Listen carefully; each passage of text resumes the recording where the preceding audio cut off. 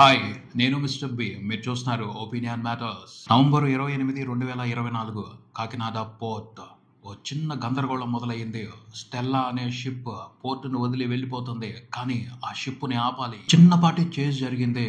చాకచక్యంగా కొంత సాహసం, కొంత ధైర్యం ప్రదర్శించడం మూలంగా ఆ షిప్ని ఆపి వెనక్కి తీసుకొచ్చి లంగరు వేశారు. ఈ ఆపరేషన్ లో ధైర్య సాహసాలు ప్రదర్శించింది కాకినాడ కలెక్టర్ షాన్ మోహన్. ఆయన షిప్నైతే ఆపగలిగాడు. కానీ ఆ షిప్ ని సీజ్ చేయడానికి, ఇంకొన్ని చర్యలు తీసుకోవడానికి అతని దగ్గర ఉన్న పవర్స్ సరిపోవడం లేదు. ఎందుకంటే పోర్ట్ కాకినాడలో ఉన్న, కాకినాడ ఏపీలో ఉన్న పోర్టుకు సంబంధించి కంప్లీట్ అధికారాలన్నీ కూడా సెంట్రల్ గవర్నమెంట్ ఆధీనంలో ఉంటాయి. కస్టమ్స్ ఆఫీసర్స్, సెంట్రల్ మినిస్టర్స్ వీళ్ళకే పవర్ ఉంటది.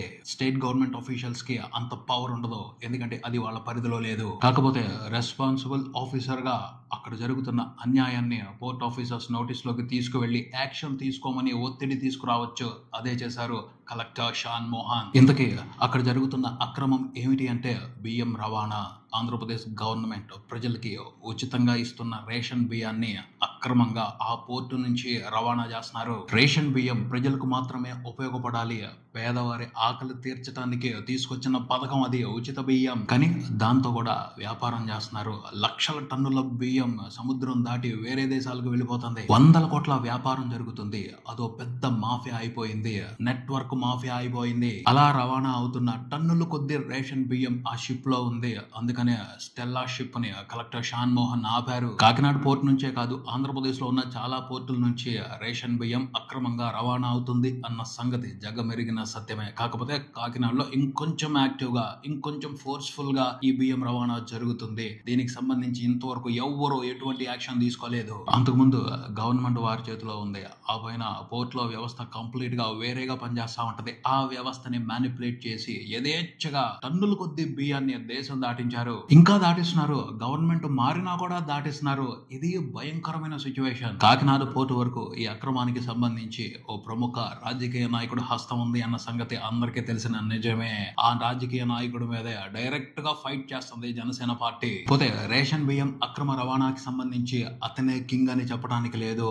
రాష్ట్రం నలుమూలల నుండి బియ్యం కాకినాడ పోర్ట్ కి గ్యాదర్ అవుతుంది. దాన్ని అతను దేశం దాటిస్తున్నాడు తన ఇన్ఫ్లుయెన్స్ తో, తన నెట్వర్క్ తో. కానీ రాష్ట్రం నలుమూలల నుండి టన్నుల కొద్ది బియ్యం అక్కడికి ఎలా చేరుతుంది? అతనొక్కడు మాత్రమే చేయగలిగే పని కాదిది. సరిగ్గా ఫోకస్ చేసి ఇన్వెస్టిగేట్ చేస్తే అర్థమవుద్ది. ఇది చాలా పెద్ద నెట్వర్క్ అని. అందులో వేల మంది, ఒకళ్ళు ఇద్దరు కాదు, వేల మంది ఇన్వాల్వ్ అయి ఉంటారు. అంత పెద్ద అక్రమం ఇది. Collector Shan Mohan just ship ని పట్టుకోలేదు, చాలా పెద్ద నెట్వర్క్ ని కదుపుతున్నాడు. సో అతనుకున్న పవర్స్ తో పాటు మరింత పవర్ కావాలి, ఓ రియల్ పవర్ కావాలి. ఆ పవర్ వరకు ఈ ఇన్ఫర్మేషన్ వెళ్ళింది. ఆ షిప్ ని పట్టుకోవడానికి సంబంధించిన ఇన్ఫర్మేషన్ వెళ్ళింది. నవంబర్ 29, 2024 కాకినాడ పోర్ట్ లో ఆ పవర్ ల్యాండ్ అయ్యింది. Andhra Pradesh deputy CM Pawan Kalyan Kakinada port లో కాలు పెట్టి రియల్ హీరోయిజాన్ని ప్రదర్శించుకుంటా వెళ్లారు. పోర్ట్ అథారిటీస్ రావద్దు అని వేడుకున్న అన్యాయాన్ని అరికట్టడానికి పవన్ కళ్యాణ్ ధైర్యంగా పోర్ట్ కు వచ్చారు. తనిఖీ చేయడానికి అవకాశం తీసుకున్నారు, పరిశీలించాలని ప్రయత్నించారు. కానీ అవకాశం చిక్కల. వేరే రకాలైన రూల్స్, నిబంధనలు చూపెట్టి ఆపారు పవన్ కళ్యాణ్ ని. అర్థమైంది సక్రమంగా అక్కడ జరగాల్సినట్టు పనులు జరగటం లేదు అని. తనకున్న పరిధిలో, తనకున్న పవర్ మేర ఒక మాట అన్నారు. Seize the ship. If any pressure comes from central government, we'll see. తెలుసు తన పవర్ కూడా సరిపోదు అని. అందుకనే అక్కడ వరకే ఆగలేదు. తన పవర్ ని ఇంకా పవర్ఫుల్ గా ఉపయోగించడం మొదలు పెట్టారు Pawan Kalyan. Port state government పరిధిలో లేకపోయినా సెంట్రల్ గవర్నమెంట్ పవన్ కళ్యాణ్ పరిధిలోనే ఉంది. డైరెక్ట్ గా చర్యలు తీసుకోకపోయినా అటువైపు నుంచి పావులు కదుపుకుంటా వచ్చి న్యాయం జరిగేట్టు చేసే అవకాశం పవన్ కళ్యాణ్ కి ఉంది. పవన్ కళ్యాణ్ కున్న ఇన్ఫ్లుయెన్స్, పొలిటికల్ పవర్, ఆయన చేతిలో ఉన్న పవర్, వీటన్నిటిని దృష్టిలో పెట్టుకుని చూస్తే ఆయన తలుచుకున్నారు అంటే ఆల్మోస్ట్ న్యాయం జరిగినట్టే అని అనుకోవచ్చు. ఇక్కడ ఇంకో విషయం కూడా స్పష్టం. ఇది సినిమా కాదు, రియల్. సినిమాలో హీరో ఇది కావాలి అనుకుంటే అది అయిపోద్ది. రియల్ లైఫ్ లో కూడా హీరో లాంటి మనిషి చేతిలో అవసరమైన పవర్స్ ఉంటే అవసరమైనవి ఖచ్చితంగా కంప్లీట్ అవుతాయి. సినిమాల్లో హీరోలు చేసే మాదిరి అద్భుతాలు రియల్ లైఫ్ లో ప్రజలు చూడొచ్చు. ఇప్పుడు పవర్ చేతిలో ఉన్న పవన్ కళ్యాణ్ చాలా అద్భుతాలు చేసే అవకాశం ఉంది. కాకినాడ పోర్ట్ ని ప్రక్షాళన చేసే అవకాశం కూడా ఆయన చేతుల్లో ఉంది. గవర్నమెంట్ మారినా కూడా యథేచ్ఛగా జరుగుతుంది బియ్యం స్మగ్లింగ్ అంటే అర్థం చేసుకోవాలి ఆ నెట్వర్క్ ఎంత బలంగా ఉందో. సో పవన్ కళ్యాణ్ చేతిలో పవర్ ఉన్నా అనుకున్న వెంటనే ఇమ్మీడియట్లీగా కొన్ని పరిస్థితుల్లో మార్పు రాదు. ఉన్న అధికారాన్ని ఉపయోగించి నిదానంగా నీట్ గా క్లీన్ చేసుకుంటా రావాలి. పవన్ తన పనిని మొదలు పెట్టారు.